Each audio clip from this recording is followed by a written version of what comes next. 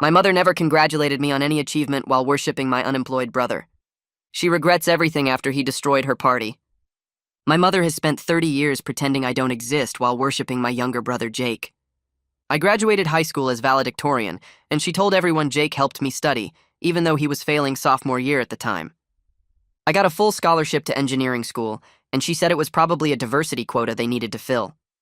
When I graduated magna cum laude, she didn't come to the ceremony because Jake had a football game where he sat on the bench the entire time.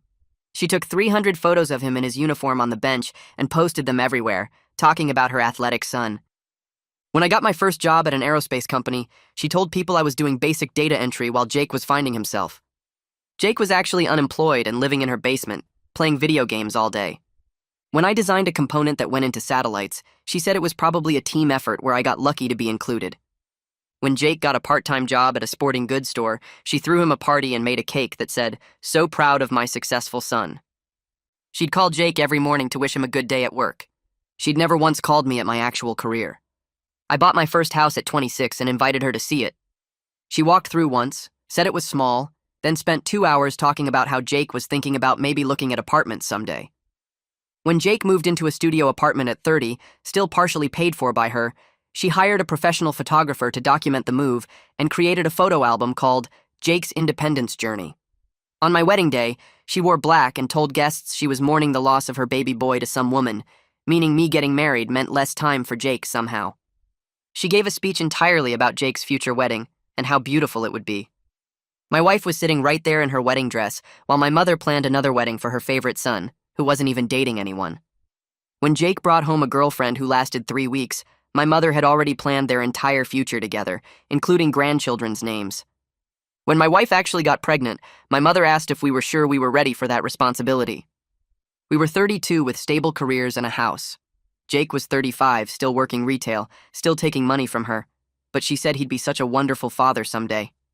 My son was born, and my mother visited once, held him for 5 minutes, said he looked nothing like our side of the family, then left to go to Jake's apartment because he was feeling lonely. When Jake's girlfriend's sister had a baby, my mother babysat every week and called herself surrogate grandma. She'd never once offered to babysit her actual grandchild. I got promoted to lead engineer on a government contract worth millions. My mother's response was to ask if that meant I'd have less time to help Jake with his resume.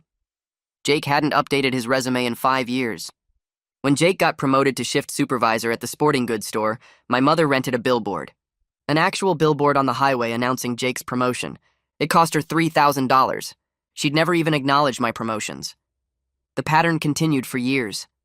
I'd achieve something, she'd ignore it or diminish it. Jake would do the bare minimum, she'd throw a parade. I started a consulting firm that grew to 12 employees. She told people I was playing with computers. Jake started a blog that got 40 views a month.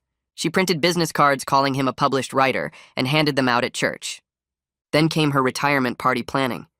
She was retiring from her job as a school administrator and wanted a big celebration. She put Jake in charge of planning even though he'd never planned anything in his life. She told everyone Jake was organizing this amazing event for her. Jake forgot to book a venue, forgot to send invitations, and forgot to order food. 3 days before the party, he called me panicking. He wanted me to fix everything but not tell Mom because she'd be disappointed in him. I said no. He called me selfish and said I was ruining Mom's special day. The day of the party, about 15 people showed up to Mom's backyard because Jake had only remembered to text some people that morning. No decorations, no food except chips Jake bought at a gas station, no music because Jake forgot speakers. My mother stood there trying to smile while people awkwardly stood around, wondering what was happening. Then she saw my car pull up next door. I was having a celebration at my house for my company's 5th anniversary. I'd rented tents, hired catering, had a DJ, invited 60 people, including all my employees and their families. My mother could see everything from her backyard. The smell of professional barbecue drifted over. The music was perfectly audible. The laughter and celebration were obvious. She walked over and demanded that I combine the parties to save her embarrassment. I said this was a corporate event that had been planned for months. She said I'd deliberately scheduled it to upstage her. I showed her the emails from 3 months ago, proving the date was set long before she'd announced her retirement. She asked why I hadn't told her. I said she'd never asked about my business because she was too busy promoting Jake's non-existent writing career. Jake came over and tried to grab food from my catering table, saying it was for Mom's party. I stepped between Jake and the catering table. This was my company event, not his backup plan. He reached around me anyway, trying to grab a plate. I told the catering staff not to serve anyone from next door. Jake's face went red. He said Mom's guests were hungry, and I was being selfish like always. The head caterer looked at me, waiting for direction. I repeated that this was a private corporate event. Jake started yelling about how I always thought I was better than him. His voice carried across both yards. People from my party turned to look. People from Mom's sad gathering in her backyard stopped their awkward standing around to watch. My wife appeared next to me. She told Jake calmly that he needed to leave our property. 3 of my employees moved closer, not threatening, but clearly backing me up. Jake looked around at them and his voice got louder. He said I'd always looked down on him, always had to show off how successful I was. I pointed out that he literally came over here to steal food because he forgot to order any for the party he was supposed to plan. Mom came storming across from her yard. She demanded to know why I was making a scene and embarrassing her in front of everyone. I stayed calm. I told her she was the one making a scene at someone else's event. Her party failed because Jake had weeks to plan it and forgot everything. She ignored that completely. She said I should have offered to help Jake since I was so good at planning things. The irony didn't even register on her face. She'd just admitted I was good at something while accusing me of not helping enough. My wife pulled out her phone and started recording. Mom kept going, listing all the ways I'd failed to support Jake over the years. How I never helped him with his resume. How I never was invited him to company events. How I focused on my own success instead of lifting up my family. The catering staff and my employees were all watching now. Mom's guests had moved closer to the fence between our yards. Everyone could hear everything. I asked her to name one achievement of mine she'd ever acknowledged. Just one. Right here in front of all these witnesses. She opened her mouth and nothing came out. She looked around at the people watching. She said I'd always been self-sufficient and didn't need her support like Jake did. That was her answer. That I didn't need her. 30 years of dismissing everything I accomplished, and her excuse was that I didn't need recognition. I asked if she understood what she just said. She looked confused. I told her that needing support and deserving recognition were 2 different things. She'd given Jake both while giving me neither. Alyssa Koch walked over from Mom's yard. She was one of Mom's oldest friends, someone who'd been around since I was a kid. She put her hand on Mom's arm gently. She told Mom that maybe she should look at what was actually happening here. The contrast between the 2 events was visible to everyone. My professionally catered celebration with 60 happy guests versus Mom's empty backyard with gas station chips and 15 uncomfortable people. Alyssa said she'd been worried about this dynamic for years, but never knew how to bring it up. Mom jerked her arm away. She accused Alyssa of taking sides against her. Alyssa didn't back down. She said real friends tell hard truths. Several of Mom's other guests were watching from her yard now. They looked uncomfortable. Some were whispering to each other. Mom's voice got shrill. She told Alyssa she didn't need this kind of friend. Alyssa said that was Mom's choice to make, but the favoritism was real, and everyone had seen it for years. Mom turned back to me. She said I was cruel and vindictive. I told her I was done pretending her favoritism didn't exist. I wouldn't be available for family events until she could acknowledge what she'd done. She started crying. She said I was abandoning her during her retirement celebration. I pointed out that Jake was supposed to give her that celebration. He'd failed completely. She'd put him in charge of the one thing that mattered to her, and he'd forgotten everything. That wasn't my fault. Jake jumped back in. He said I'd always been jealous of his relationship with Mom. I actually laughed. I asked him if he genuinely believed that, or if he was just scared of what happened when the safety net disappeared. He looked confused. I told him he was 35 years old and still taking monthly checks from Mom. Still having his car insurance paid, still getting bailed out every time he struggled. He said family was supposed to help each other. I said help was supposed to go both ways. I'd never gotten help. I'd never gotten recognition. I'd built everything myself while watching Mom throw parades for his part-time job. My wife touched my arm. She suggested we go back to our guests and let Mom's party continue as planned. She was right. This wasn't accomplishing anything. We turned and walked back toward our celebration. Behind us, I heard Mom crying. I heard some of her guests trying to comfort her. But I also heard Alyssa's voice clearer than the others, saying that maybe this needed to happen. That sometimes people needed to hear hard truths before they could change. The music from my party started up again. The DJ had paused it during the confrontation. Now the sound of celebration filled the air again, drifting over to Mom's quiet, failed gathering next door. The party kept going behind me. I heard the DJ start the music back up. People laughed and talked like nothing happened. My employees and their families went back to eating and celebrating. But I couldn't shake what just happened. I stood near the catering table watching Mom's yard next door. Her guests were leaving. Most of them looked uncomfortable. They hugged her quickly and walked to their cars. Jake stood by himself near the gas station chip bags. He kept looking over at my party. Mom sat in a lawn chair with her face in her hands.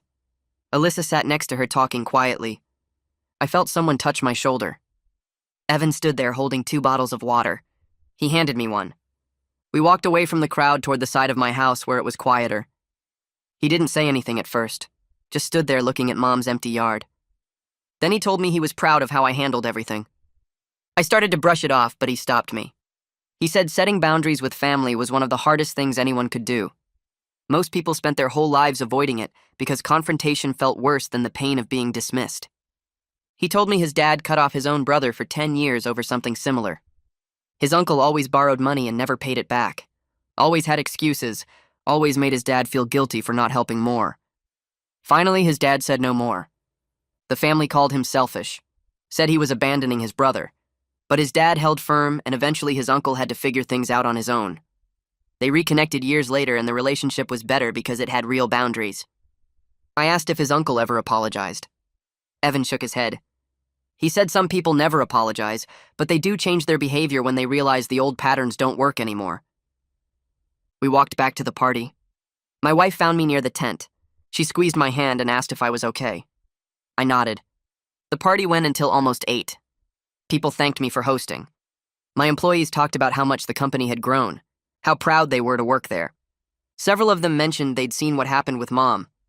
They didn't bring it up directly, but I could tell they understood. After everyone left, the catering staff cleaned up. The DJ packed his equipment. My wife and I sat in our backyard in the same chairs where we'd planned this party 3 months ago. The tents were still up. String lights hung between the poles. It looked pretty in the evening light. My wife said she needed to tell me something. She'd watched Mom dismiss me for 8 years, since before we got married. She'd seen it at family dinners and holidays and birthday parties.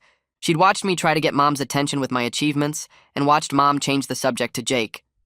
She'd listened to me make excuses for it, saying Mom was just worried about Jake, saying it didn't bother me that much. But she could see it did bother me. She could see the hurt every time Mom ignored something important I'd done. She said she was relieved I finally said something directly instead of just absorbing it. I told her I didn't know if it would change anything. She said maybe it wouldn't. But at least I'd stopped pretending it was okay. At least I'd named what was happening out loud where other people could hear it. That mattered even if Mom never acknowledged it. We sat there until it got dark. Neither of us mentioned going over to check on Mom. The next morning I woke up to my phone buzzing constantly. 17 text messages. I opened them while still in bed. My wife was in the shower. Most of the messages were from Mom's side of the family. Cousins I barely talked to, Mom's friends from church, all asking what was wrong with me. Why would I embarrass Mom like that on her retirement day? Why would I be so cruel when she'd done so much for me and Jake? One cousin said I should be ashamed. Another said I always thought I was better than everyone. Mom's friend from book club said she was praying for me to find kindness in my heart. I deleted those messages. Then I saw one from Jacqueline, Mom's younger sister. The message said it was about time someone called this out. She asked if I wanted to talk. I texted back yes. She called an hour later. I was in my home office. My wife brought me coffee and closed the door to give me privacy. Jacqueline started by saying she should have said something years ago. She'd watched the favoritism my entire life. She remembered my high school graduation. Mom spent the whole ceremony talking about Jake's upcoming freshman year, about how excited she was for him to start high school, about how she hoped he'd do better than his sophomore slump. Jacqueline sat next to her trying to redirect the conversation to me, to my valedictorian speech. But Mom kept going back to Jake. When I walked across the stage, Mom was looking at her phone. Jacqueline saw it. Mom was texting Jake about what time to pick him up from his friend's house. I didn't remember that detail. I'd blocked out most of that day. Jacqueline said there were dozens of examples like that. My college graduation where Mom left early because Jake had a dentist appointment. My wedding where Mom cried through the whole ceremony but not happy tears. She told Jacqueline she was losing her baby boy. Jacqueline asked which son she meant. Mom said Jake, of course, that he'd be so lonely without his brother around as much. I asked Jacqueline why she never said anything. There was a long pause. Then she admitted Mom got defensive when confronted. Would cut people off completely if they pushed too hard. Jacqueline had tried once years ago to point out the difference in how Mom treated us. Mom didn't talk to her for 6 months, so Jacqueline learned to just avoid the topic. She felt guilty about it, but she didn't want to lose her relationship with her sister. I told her I understood. It wasn't her responsibility to fix Mom's behavior. She thanked me for saying that. Then she said the whole family had enabled this by staying quiet, by pretending not to notice, by making excuses for Mom. She said she was done with that. If Mom asked, Jacqueline would tell her the truth about what she'd observed. 3 days passed. Mom didn't call or text. Jake didn't either. I focused on work. We had a project deadline coming up. But Wednesday afternoon, my phone rang. Jake's name on the screen. I almost didn't answer. Then I did. He asked if I could lend him money. Just for this month. Maybe next month, too. Mom was too upset to help him right now, and his rent was due. I sat there stunned. I asked if he seriously thought I'd give him money after everything that happened. He sounded confused. He said family helps family. That's what family does. Mom always said I was good with money, that I knew how to manage finances. So obviously I could help him out. I realized he was completely serious. He genuinely didn't understand why I was angry. He was so deep in the dysfunction that he couldn't see how one-sided this was, how transactional. I'd never asked him for anything, never gotten anything from Mom, but he expected me to just hand over money because that's what he was used to. People giving him things without question. I told him no. He said he didn't understand why I was being like this, that Mom always said we were supposed to help each other. I hung up without responding. My wife found me sitting on the couch staring at my phone. She asked what happened, and I told her about Jake's call. She shook her head and said she wasn't surprised, that he'd been trained his whole life to expect things from me while giving nothing back. 3 days later, my phone rang again. Mom's name on the screen. I almost let it go to voicemail, but something made me answer. She started talking immediately about how she'd been thinking about everything, how she wanted to explain her side. I stopped her and asked if she was calling to apologize or just to make me feel guilty. There was silence. Then she said she didn't know what I wanted her to apologize for, that she'd always loved both her children equally. The words hit me like a slap. I actually had to put the phone down for a moment and just breathe. My wife looked at me concerned, but I held up a hand. I picked the phone back up and told Mom that love and attention are not the same thing, that I could list hundreds of examples of her dismissing my achievements while celebrating Jake's mediocrity. She made a sound like she was about to cry, said I was being dramatic, that I was remembering things wrong because I was upset. My wife stood up and held out her hand for the phone. I gave it to her. She told Mom that she'd witnessed this treatment firsthand for 8 years. That gaslighting me about my own memories was exactly the problem. Mom's voice got sharp. She said she couldn't believe my wife would speak to her that way. My wife started to respond, but the line went dead. Mom had hung up. 2 weeks passed. No calls, no texts, nothing. I threw myself into work and tried not to think about it. Then Jacqueline called. She said Mom was telling everyone I'd turned my wife against the family, that I was poisoning my marriage with lies about favoritism. Jacqueline's voice was firm when she told me not to worry, that she was correcting that story whenever she heard it, explaining what actually happened at the party, what she'd witnessed over the years. I thanked her, and she said she should have spoken up sooner, that staying silent had made her part of the problem. The next afternoon, I got a text from Alyssa Koch, Mom's friend from the party. She asked if she could meet me for coffee. I agreed mostly out of curiosity. We met at a place downtown 2 days later. She ordered a latte and I got black coffee. She didn't waste time with small talk, said she'd known Mom since college, that she'd watched the Jake favoritism get worse over the years, especially after my father died when I was 12. I sat back in my chair, asked what she meant by especially after. Alyssa stirred her latte slowly. She said Mom seemed to transfer all her emotional needs onto Jake after losing my father, started treating him like a surrogate emotional partner rather than a son. I was already independent and achieving things, so she didn't worry about me. But Jake's struggles made her feel needed, made her feel important. The realization hit hard. It explained the pattern, but it didn't excuse it.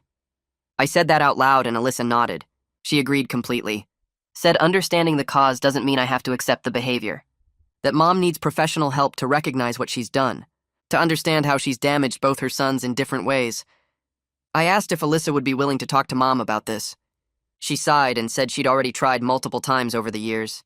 That Mom shuts down the conversation every time, changes the subject, or gets defensive. Alyssa thought Mom would need to hear it from multiple people before she'd even consider that she might be wrong. I drove back to the office feeling heavy.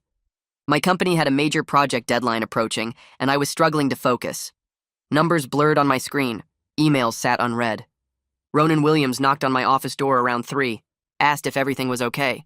I looked at him and something in his expression made me tell him.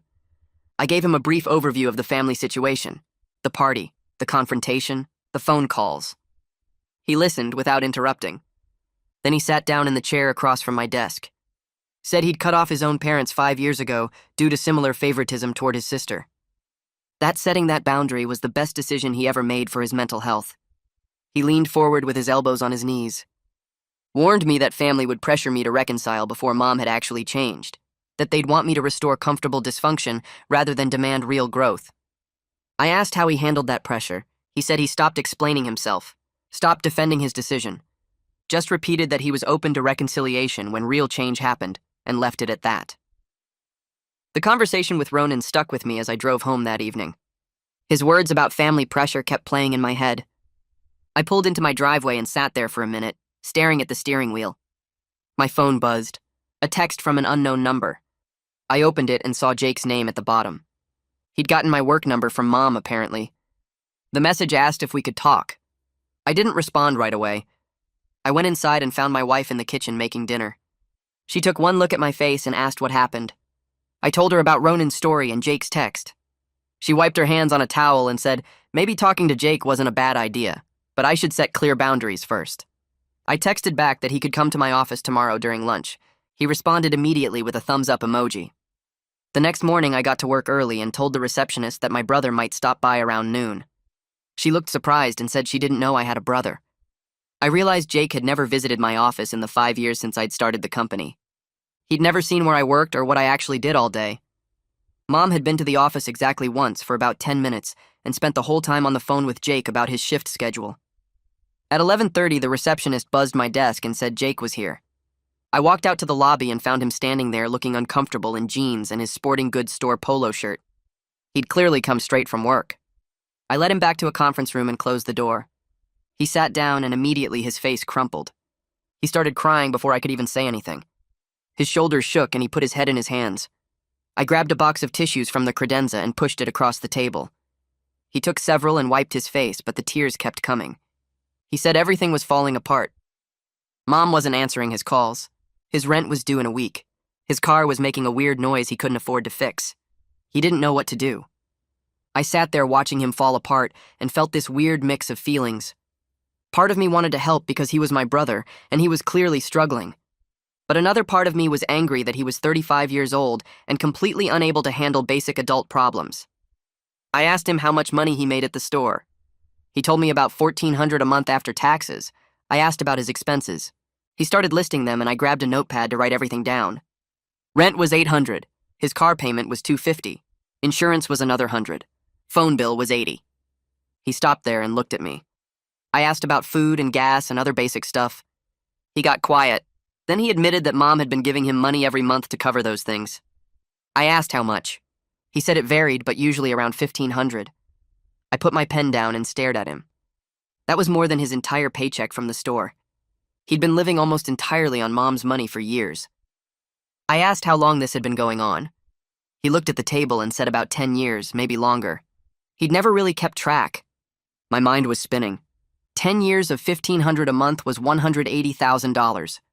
Mom had given him nearly $200,000 while telling everyone I was selfish for not helping him more. I asked if she paid for anything else. He nodded and said she covered his car insurance and phone bill directly. Those were in her name. He'd never had to pay them himself. I leaned back in my chair and tried to process this. Jake had never actually supported himself, not once in his entire adult life. The sporting goods job was basically just something to do during the day. It didn't actually fund his life. Mom did that. I told him he needed to learn to live on what he earned. He looked panicked and said he couldn't.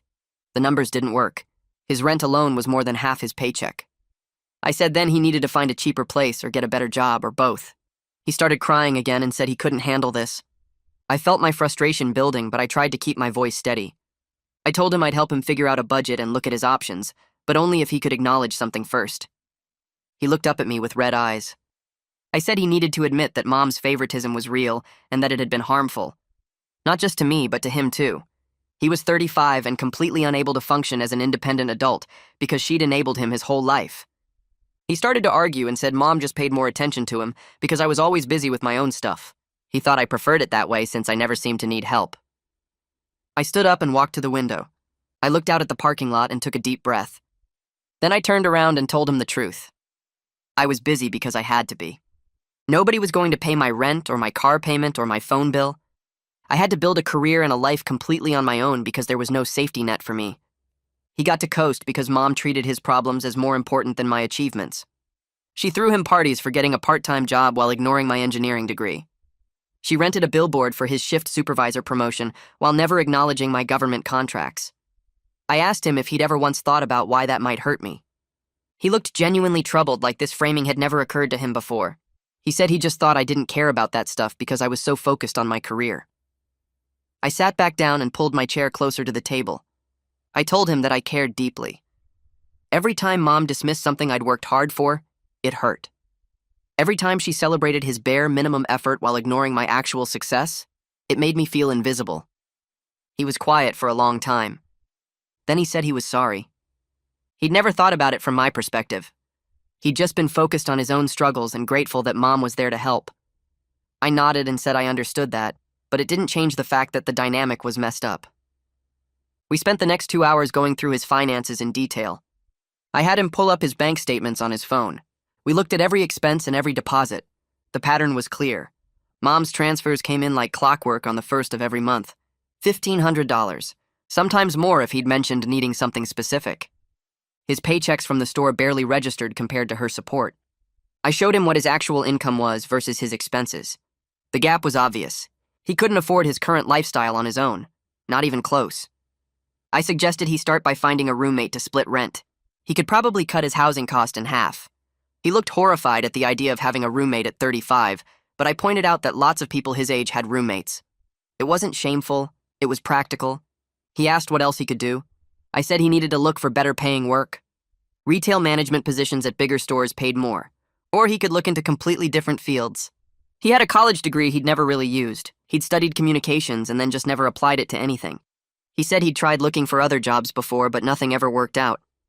I asked how hard he'd actually tried. He admitted he'd sent out a few resumes years ago, but gave up when he didn't hear back immediately.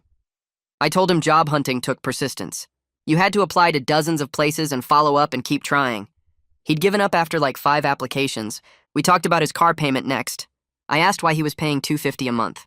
He said Mom had helped him buy the car 2 years ago and that was the payment. I asked what kind of car. He said a new SUV.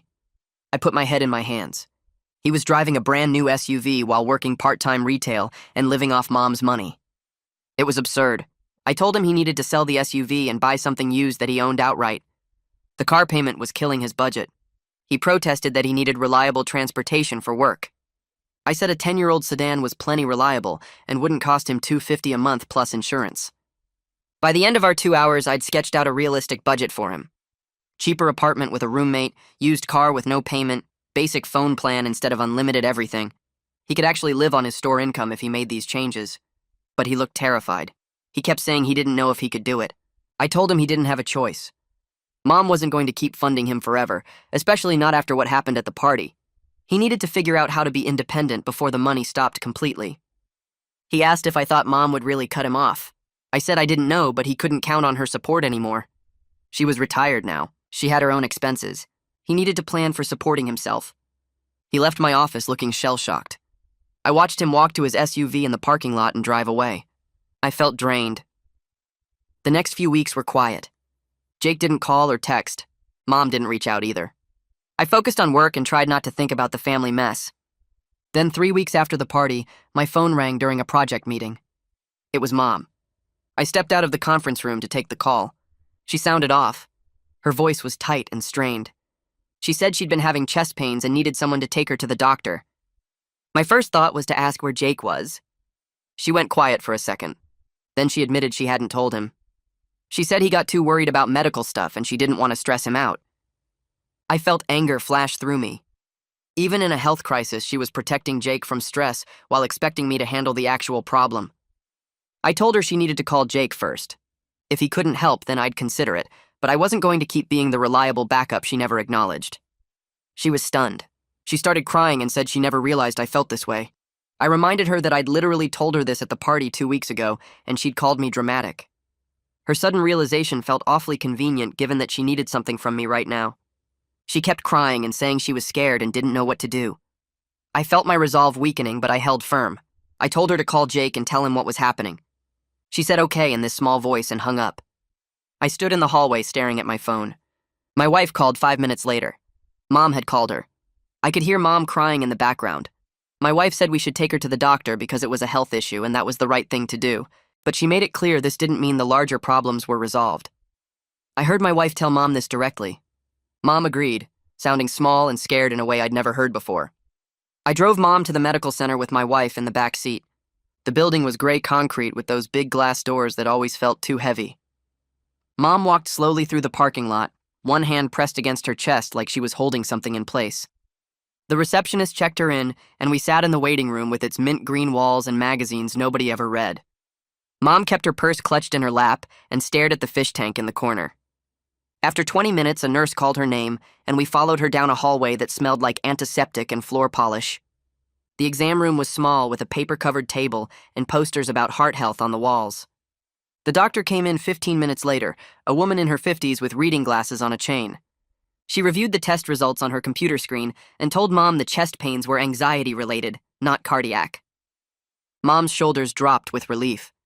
The doctor asked about recent stress in her life, and Mom immediately started talking about her retirement party.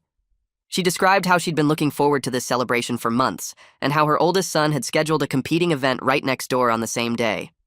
She said I'd rented tents and hired catering and invited dozens of people, all to deliberately upstage her special moment. She said the stress of being humiliated in front of her friends and neighbors had been overwhelming. The doctor nodded and took notes while Mom painted this picture of me as some vindictive son who'd plotted to ruin her retirement. I sat there listening to her rewrite what actually happened and felt my jaw tighten.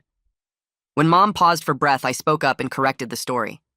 I explained that my company event had been planned 3 months in advance with dated emails to prove it. I told the doctor about Jake forgetting to book a venue or order food or send invitations. I mentioned the 30 years of favoritism where Mom celebrated Jake's retail job with a highway billboard but never acknowledged my government contracts. I described how she'd called Jake every morning about his part-time work but never once called me about my actual career. Mom's face went red and she stared at her hands while I laid out the pattern for the doctor. The doctor stopped writing and looked between us with this knowing expression. She said family dynamics often showed up as physical symptoms and that unresolved stress could definitely cause chest pain. Mom tried to interrupt, but the doctor kept talking. She said Mom might benefit from speaking with someone about family stress and retirement adjustment. Mom dismissed this immediately and said she just needed some medication for the anxiety. The doctor was firm and said anxiety this severe needed to be addressed, not just medicated. She wrote a prescription, but also gave Mom a referral to a therapist and said she strongly recommended following up. Mom took both papers and folded them into her purse without looking at them. We walked back to the car in silence. Mom got in the front seat and stared straight ahead while I started the engine. My wife sat in back and didn't say anything either. I pulled out of the parking lot and headed toward Mom's house. 10 minutes into the drive, Mom suddenly asked why I never told her I was unhappy. Her voice was quiet and confused, like she genuinely didn't understand. I reminded her about the conversation at my wedding 8 years ago when I'd asked why she wore black. I reminded her about the dinner 3 years ago when I'd brought up how she never acknowledged my promotions. I reminded her about the time 5 years ago when I'd asked why she never wanted to babysit her actual grandchild. Each time I'd tried to bring it up, she'd either changed the subject or told me I was being too sensitive. Mom insisted she didn't remember any of those conversations. She sounded almost panicked about it, like I was making things up. My wife leaned forward from the back seat and said she'd been there for at least 3 of those conversations.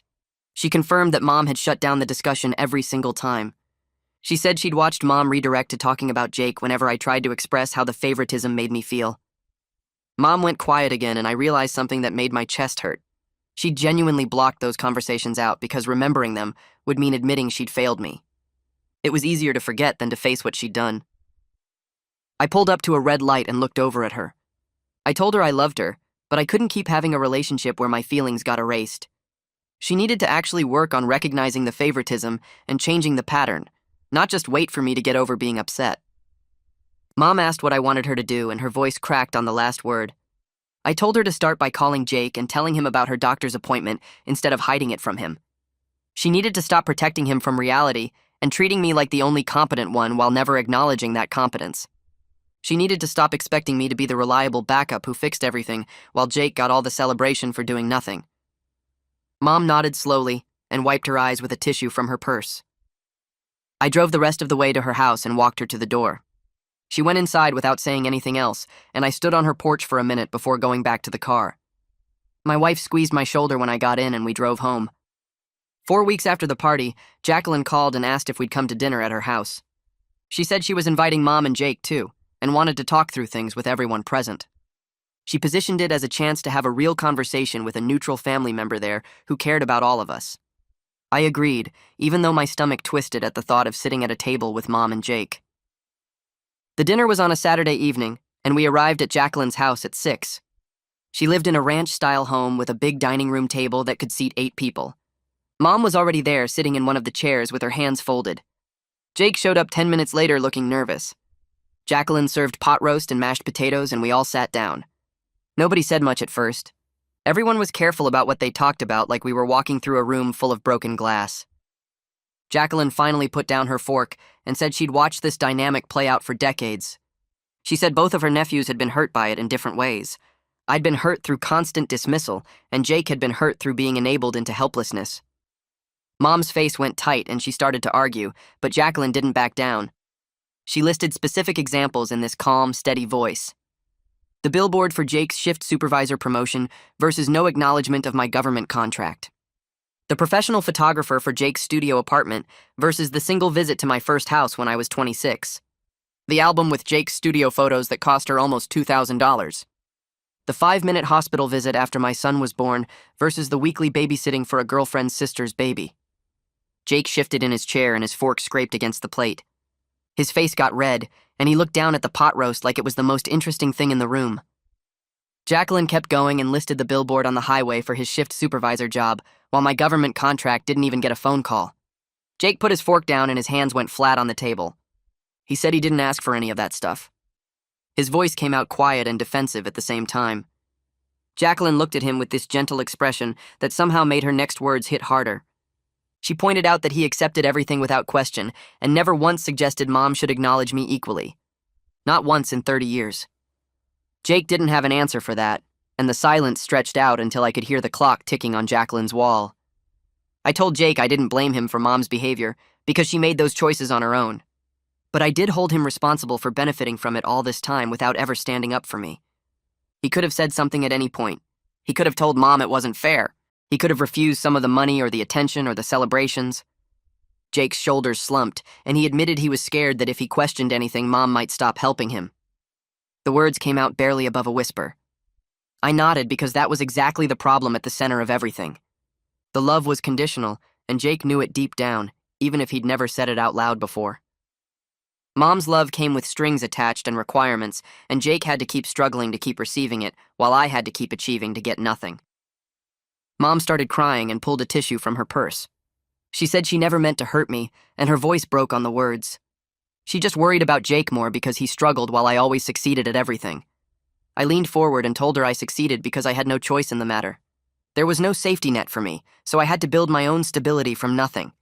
Every achievement she dismissed was something I accomplished alone without help or encouragement or even basic acknowledgement. Jake had cushions everywhere to catch him, but I was walking a tightrope with no net, and she acted like that was easy. Jacqueline asked Mom if she could see how unfair that was. How treating one child's struggles as more important than the other child's achievements created anger and damaged both relationships. Not just mine with Mom, but also mine with Jake. Mom nodded slowly and wiped her eyes with the tissue. Her mascara left dark smudges under her eyes. For the first time, she seemed to actually understand instead of just defending herself or making excuses. She wasn't arguing back or trying to rewrite history. She just sat there nodding and crying. Mom said she was sorry, but it came out hesitant and incomplete, like she was testing the words. I told her I appreciated the apology, but words needed to be backed up by changed behavior over time. Not just this one conversation where she felt cornered by Jacqueline laying out decades of proof. She needed to actually work on treating us differently going forward. Mom nodded again and stared at her plate. Jake surprised everyone by speaking up and saying he wanted to try being actually independent without Mom's monthly money. Mom's head snapped up and she immediately protested that he couldn't afford it.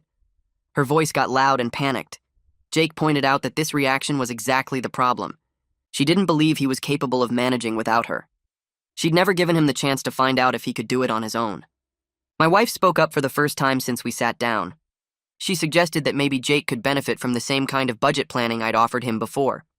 She added that our company was actually hiring for an entry-level operations position that paid better than retail. Jake looked interested but also scared, like he was standing at the edge of a cliff. I told him the offer stood if he wanted to apply properly through our normal process. I wouldn't give him special treatment, but I also wouldn't hold the family stuff against him if he was serious about the job. 2 months went by after that dinner, and Jake actually followed through.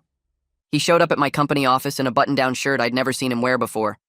He filled out an application, and Ronan handled the interview to keep everything professional. I stayed completely out of it, and didn't ask Ronan any questions about how it went. A week later, Ronan told me Jake got the job based on his own merit for the role. He had retail management experience and good references from his current supervisor, even if the job itself wasn't impressive. I called Jake that evening and told him he got the position, but that he'd be held to the same standards as any employee. No special treatment, and no safety net. He thanked me 3 times in a row and his voice shook. Mom called less frequently after that, but when she did call, she asked about my work projects. She wanted to know about the satellite component design I was leading and actually listened to the answers without changing the subject to Jake. It was awkward and clearly took effort for her. She'd pause like she was reminding herself to stay focused on what I was saying, but it was more attention than she'd paid to my career in 30 years, so I tried to appreciate the attempt. Jake struggled during his first month at the company. He showed up late twice in the first week, and Ronan had to have a serious conversation with him about professional expectations. Jake wasn't used to the structure or the accountability. At the sporting goods store, he could get away with things because Mom would call his manager if there were problems. Here, nobody cared about his excuses. Ronan mentored him patiently, though, and explained exactly what was expected and why it mattered. I watched from a distance as my brother experienced real consequences for the first time. He started carrying himself differently after a few weeks. His shoulders were back and he looked people in the eye during meetings. He asked questions when he didn't understand something instead of pretending he knew. The scared look faded and got replaced by something that looked like actual confidence instead of the fake version Mom had been building for him with her constant praise for nothing. 3 months passed and I got an invitation to my son's 4th birthday party that I'd organized weeks before. My wife handled most of the planning while I managed a project deadline at work. We set up the backyard with decorations and a bounce house and ordered a cake shaped like a dinosaur because that's what he was obsessed with lately. I invited the usual people, including extended family, and sent Mom an invitation not really expecting her to show up based on past history. The party started at 2 in the afternoon, and guests arrived with presents and kids ran around screaming in that way that makes parents tired just watching. Mom's car pulled into the driveway at 2:15, and I watched through the kitchen window as she got out carrying a wrapped box that actually looked like she'd put thought into it instead of grabbing something random at a store. She walked into the backyard, and my son ran up to her yelling about the bounce house, and she knelt down to his level and listened to him explain the entire plot of some dinosaur movie he'd watched 17 times. My wife squeezed my hand as we stood there watching Mom actually engage with our kid instead of doing her usual 5-minute appearance before leaving to check on Jake. She stayed for the whole party and helped serve cake and sang happy birthday and took photos with her grandson that she actually seemed present for instead of distracted. When she left 3 hours later, she hugged me and said she'd had a wonderful time and thanked us for including her. Alyssa showed up at my office 2 days later without calling first. My receptionist looked confused but sent her back to my office, and Alyssa sat down across from my desk, looking like she needed to tell me something important. She said Mom had been seeing a therapist for the past 6 weeks and had been talking about family patterns and the favoritism and how she'd damaged her relationship with me over decades. Alyssa had encouraged this after the doctor's visit when Mom's anxiety got diagnosed and the doctor suggested therapy. Mom hadn't mentioned any of this to me directly, but Alyssa thought I should know that the changes I'd been seeing weren't just temporary guilt, but actual work Mom was doing to understand her behavior. Alyssa said the therapist was helping Mom see how she'd used Jake to fill the emotional hole left by Dad's death and how that had hurt both of her sons in different ways. I thanked Alyssa for telling me and for being the kind of friend who pushed Mom toward help instead of just enabling the dysfunction like everyone else had done for years. Jake called me on a Thursday evening sounding excited in a way I'd never heard from him before. He'd just gotten his first full paycheck from my company, and after he paid his rent and utilities and groceries and gas, he actually had money left over without needing Mom's monthly supplement. He kept saying he couldn't believe he'd done it, and his voice shook a little like he might cry. He admitted it was scary being actually independent for the first time at 35. But it also felt good in a way the retail job never had because he was building towards something real instead of just collecting a paycheck while Mom covered the difference. He said Ronan had been teaching him about professional development and career planning, and he'd never realized work could be something you got better at instead of just something you showed up for. I told him I was proud of him and meant it because watching him struggle through real accountability and come out the other side was worth more than any easy success Mom had tried to manufacture for him with her constant praise for nothing. 5 months after the retirement party disaster, my family gathered at Mom's house for a casual dinner that felt different from the start. Mom asked me about a new contract my company had just landed with an aerospace manufacturer and actually listened to my explanation of what the project involved instead of changing the subject to Jake after 30 seconds.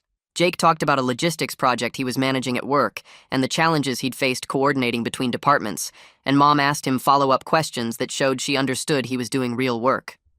My wife and I exchanged looks across the table that said we were both feeling the same cautious hope about this shift in family dynamic.